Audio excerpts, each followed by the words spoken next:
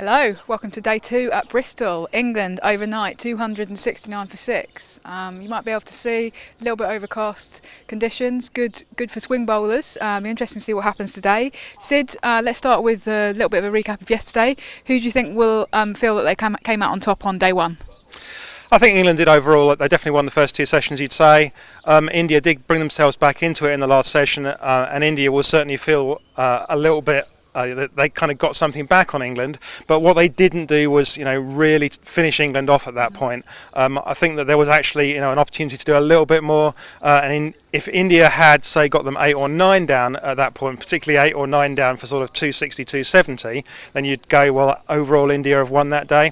As it is going into today, I think England's slightly on top. What do you feel, Raf? Yeah, I think that you're right that England definitely won the first 2 sessions. I think that because we don't play and we don't cover very much Test cricket, and we sometimes forget that actually in these multi-day matches, momentum is really important. And for me, the momentum at the moment is very much with India. I would say it was kind of honours even on day 1, because I think that things have kind of swung back in India's favour. And there's certainly been a lot of praise of how they fought back in that final session. So what's going to happen this morning? Well, Heather Knight gave a little bit of an indication, I think, in the press conference yesterday evening.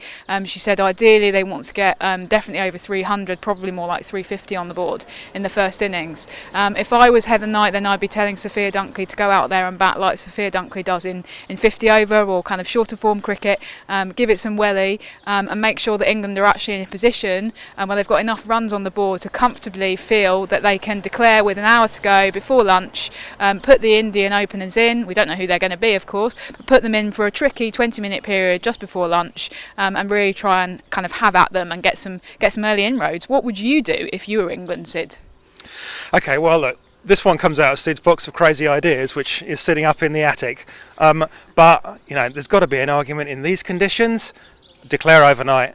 Get Anya bowling in this. If you do that, then there's a good chance that you could even get India 50, 60 for 5 by lunch, and at that point the game is definitely won. Are England going to do that? No, they'd be mad to do that. But it's an idea. I think the key thing in more serious terms is that England needs to be careful just not to take too much time out of the game.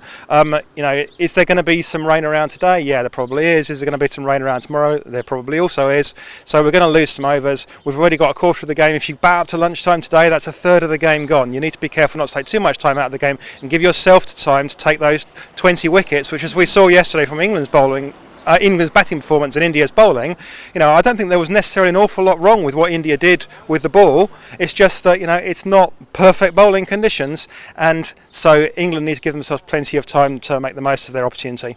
Okay. One thing I would say for definite is that I think today is going to be a very big day for Sophia Dunkley. Not only is she 12 not out overnight, and as I've just said, it could be her opportunity to make hay with the bat this morning, but Heather Knight, really interestingly, in yesterday evening's press conference said, well, because we've only got one frontline spinner, Sophie Eccleston, I'll be bowling a lot, and I think that Sophia Dunkley's bowling will come into play. Very interesting. She doesn't really bowl a lot for England. She hasn't bowled a huge amount for Stars even this season, but she's a leg spinner, and England have gone with a heavy attack on what could be a pitch that's going to turn quite a lot more as the match goes on. So big day for Sophia Dunkley coming up. Obviously big day for both England and India. We'll bring you all the action as it happens, and yeah, let's hope for a brilliant day of Test cricket. Bye for now.